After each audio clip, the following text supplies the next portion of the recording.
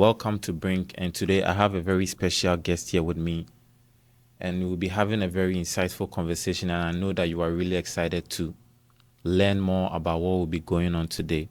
So, welcome, sir. It's Thank good you. to have you. Great to be here.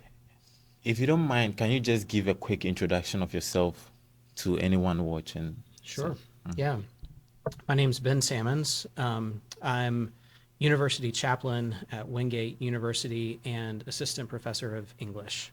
Awesome, awesome. We will be going into the brink moment and everything, but before that, I want to ask you this question. Being a chaplain, right? How has that role of chaplaincy, I know you assumed this role not long ago, right?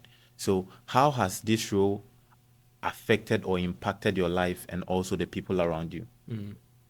Yeah, that's a good question. And it makes me think as you ask it of, there's of course the fact that I've formally been chaplain since January 6th. That's the start date of, or maybe it was January 1, the start date of my contract, right? So only a few months.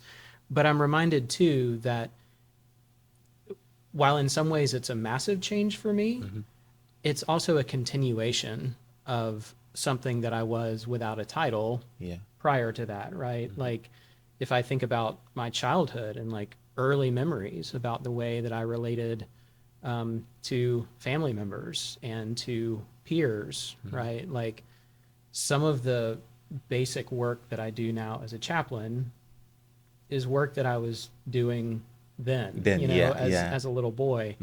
But I think it's changed my life in a number of ways. You don't have to have a title to do what you're called to do, Wow. right? Like Awesome. that's super important. And a title makes a difference, right? Yeah. It does it opens up a certain kind of space to do certain things, and then it even creates expectations that you do certain things, right? Yeah. And so there ends up being a kind of alignment between your own inner sense of call and other people's perspective on you, right? Those Yeah. kind of converge Yeah, a little come bit together, more. yeah. And then there's also just the fact of sort of, with the title, in my case, has come institutional support. Yeah.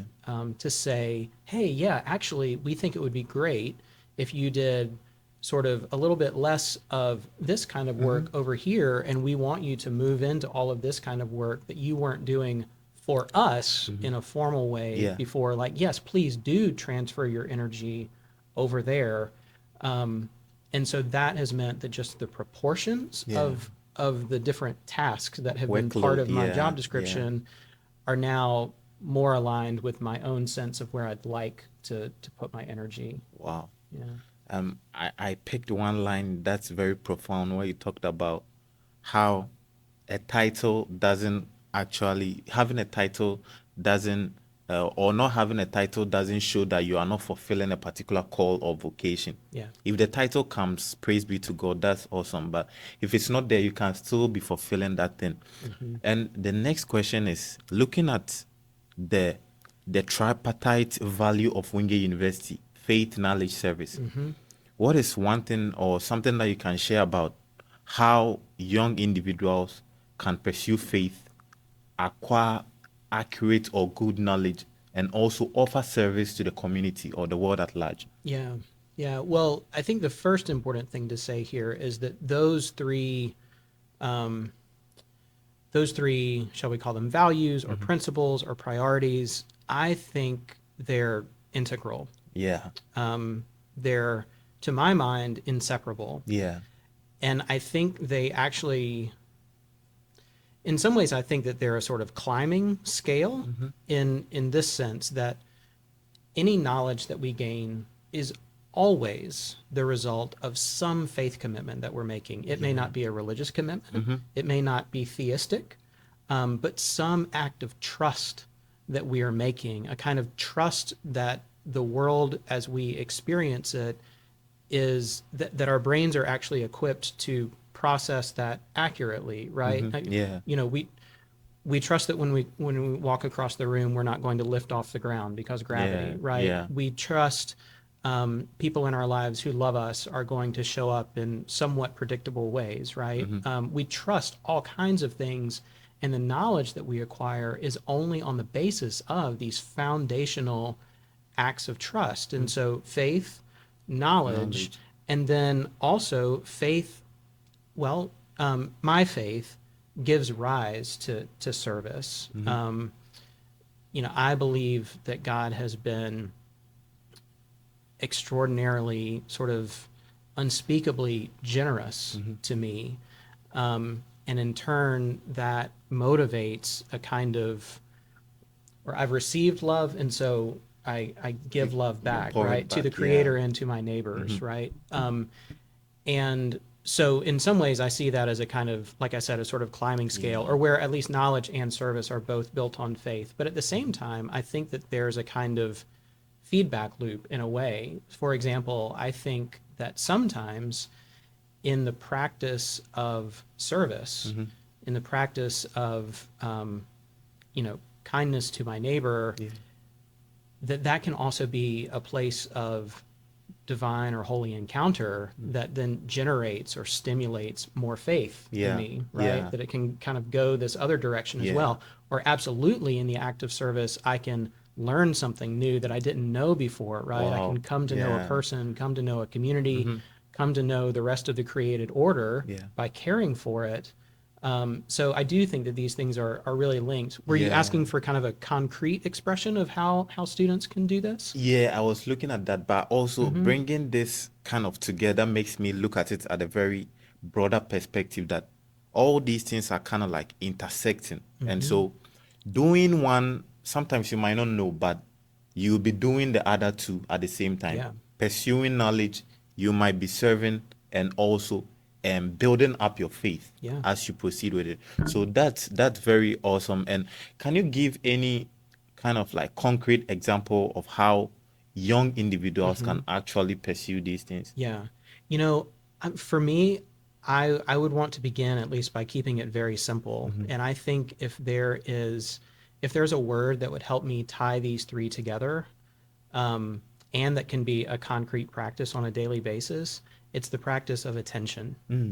So whether I am attending directly and Yeah. explicitly to God in, say, some devotional practice, say of prayer or Yeah. scripture reading or whatever, or I'm attending to my studies, right? An assignment, something that I've been asked to read, or an idea that I've been asked to work through, or a project that I've been asked to develop, or if I'm simply attending to the person sitting next to me, right? Yeah. Like I'm genuinely listening, I'm genuinely looking, then I think it's in those very small and ordinary, even mundane sort of acts of attention Yeah. where we build a capacity to encounter God and encounter truth and encounter our neighbor more deeply. Yeah. And where each one of those things, faith and knowledge and service, can Service. get Wow. enlivened. Yeah.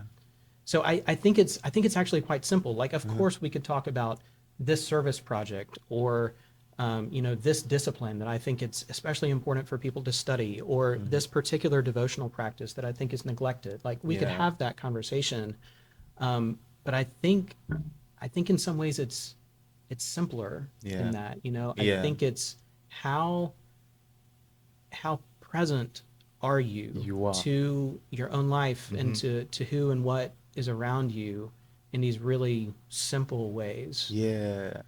This is very, very accurate. And looking at our world today, how distractions and all other things are pulling us away, we don't really pay attention to the present. So we are always kind of caught up in something else.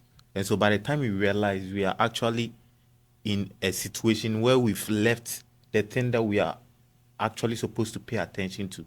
And so being very attentive in situations will help you serve, gain knowledge, and build faith as you proceed with it.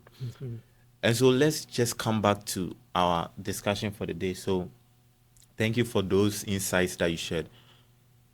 when we talk about brink moments, right? So a brink moment refers to basically a moment or a time in your life where things didn't really move as you wanted.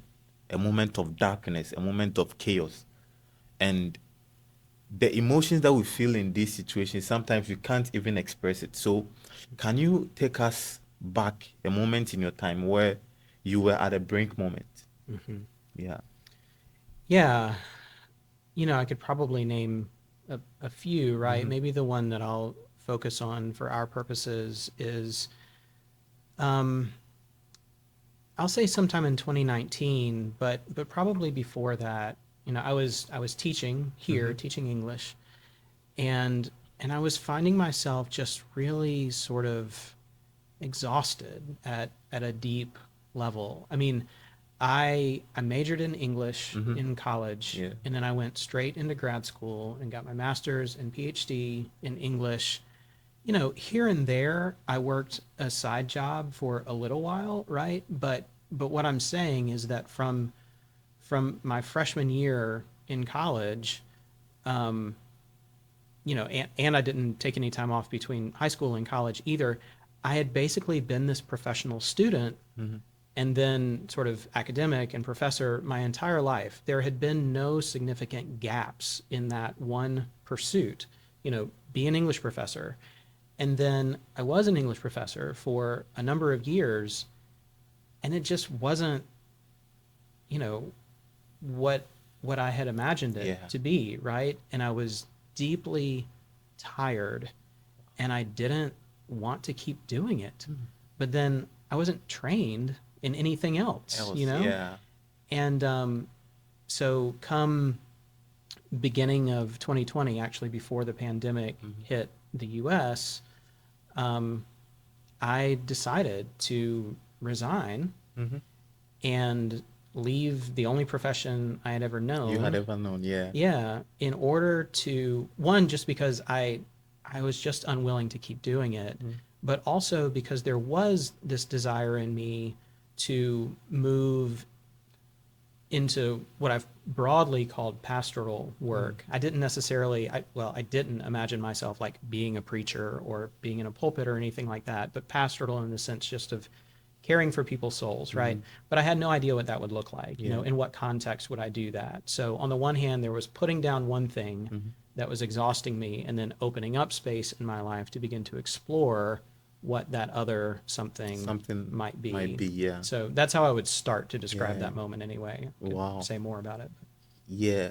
So at this point in your life, the transition, what was the exact point in your life where you realized that, oh, I have to kind of, when were you feeling that thing within? That thing that you are talking about, sometimes you can't explain it, but you just feel it deep within that something is calling you forth, right? So at what point did you realize this thing? Yeah. Like at what exact point did you realize it? And how did that thing impact you in your previous role that you were assuming? So, being an English professor, and then this thing begins to draw you to a different dimension of yourself. How was it like? How was it impacting your life at that time? Yeah. I realized the kind of malaise for a long time before I made the break, before I left my job. And I'm reminded of something as you asked that question that I hadn't thought about in a long time. But I do remember a morning where a scripture passage, a passage in one of the Gospels, really kind of grabbed me. And to be completely honest, I read it in a way at that time that like I wouldn't necessarily read it now. Yeah. I think it's interesting how things that we read, things that we encounter can have a particular significance for a particular moment. And it doesn't even mean that that is sort of the universal meaning of that thing that we're reading or that thing that we're encountering, but there may be a significance for a particular time that matters. And so for me, there was a passage and kind of a phrase in it that just sort of gripped me, and offered this fresh perspective on yeah. my situation and made me think, oh, it's time. Like it's time to make a move. And honestly felt like it gave me kind of permission Wow. and encouragement. In fact, like, yes, do that. Um, yeah. So there was that distinct Yeah. morning that Wow. changed things. Wow.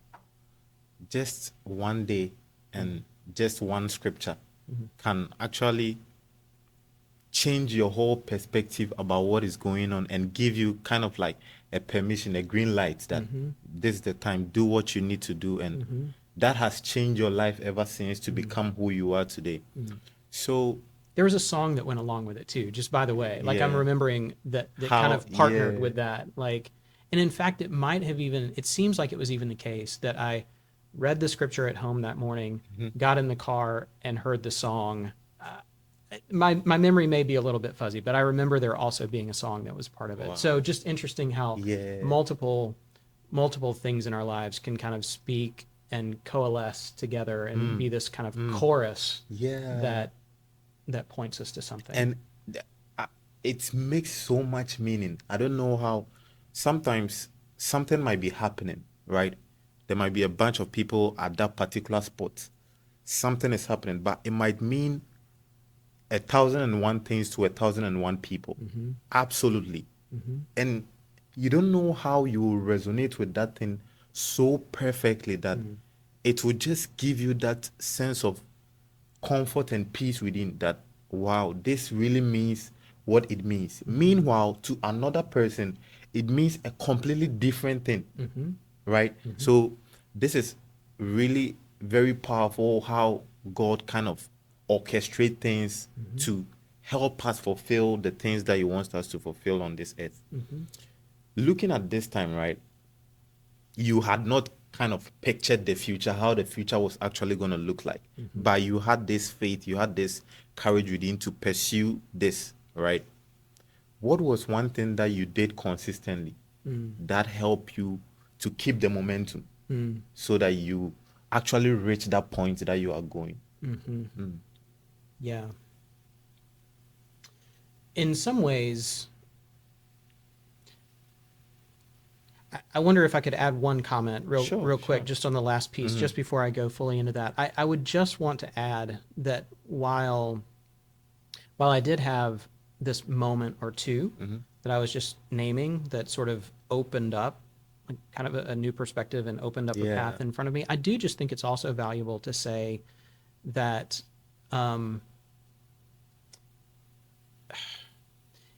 even while there can be, and there may not need to be those kind of like lightning bolt Yeah. moments, right? But even when there are, there's still process that happens, right? Because I remember after I made the decision, like, yep, I'm leaving, I'm doing this other thing.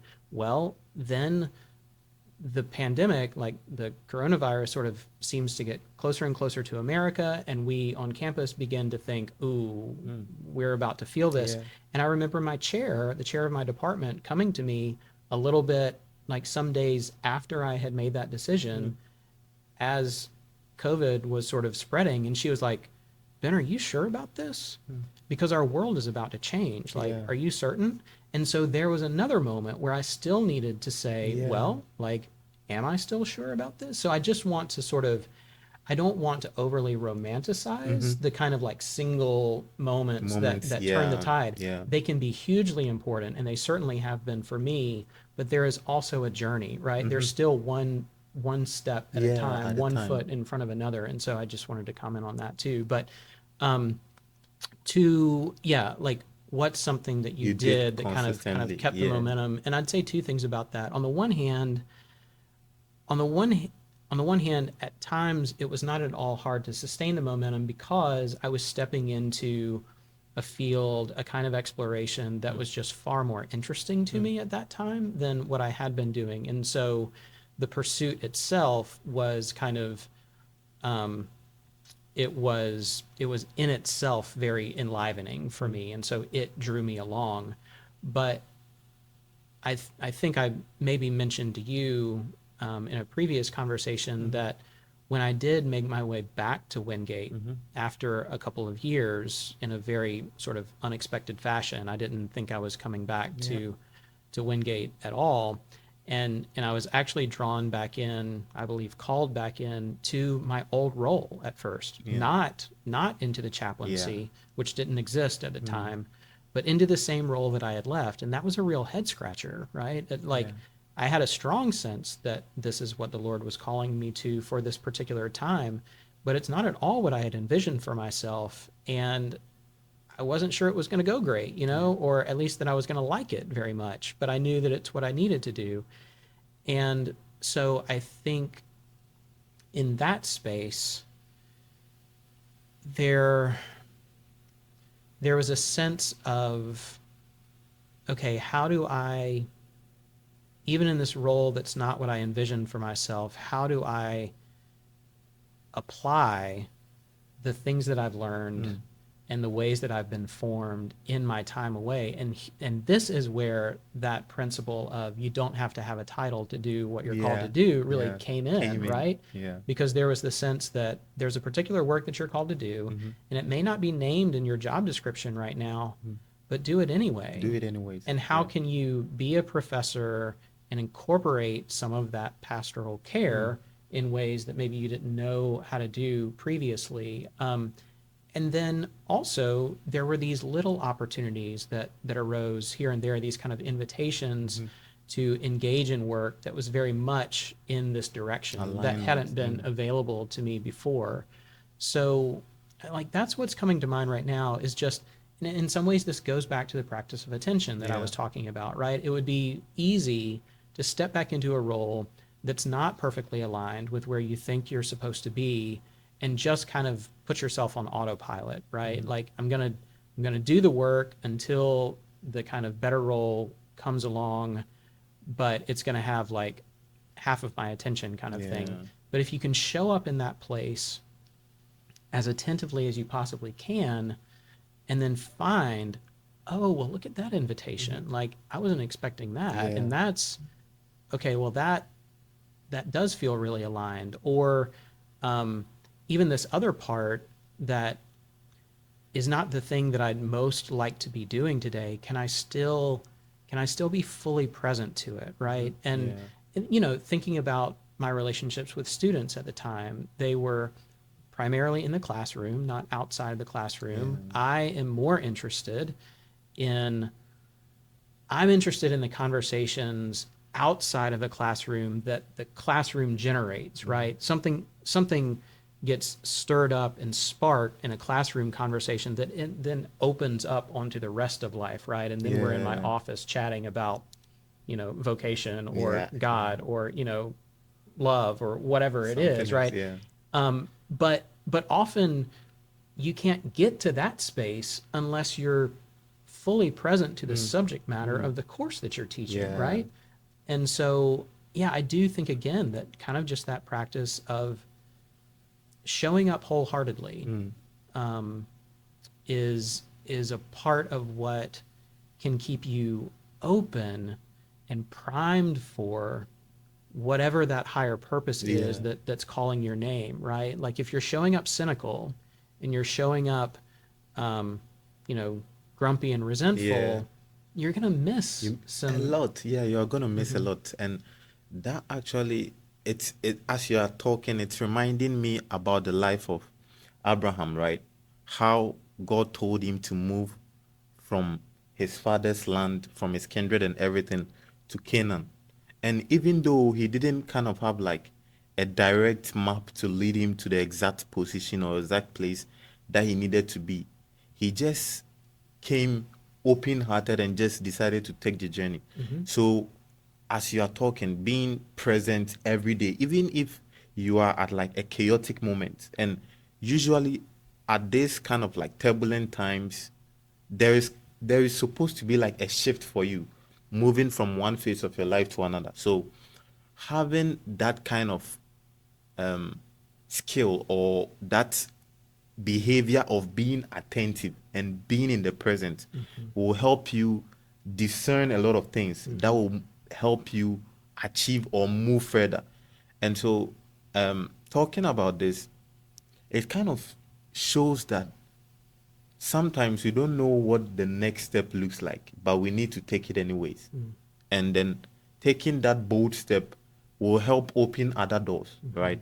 Just take the next step, and then the next one will come, and then you take that one as well.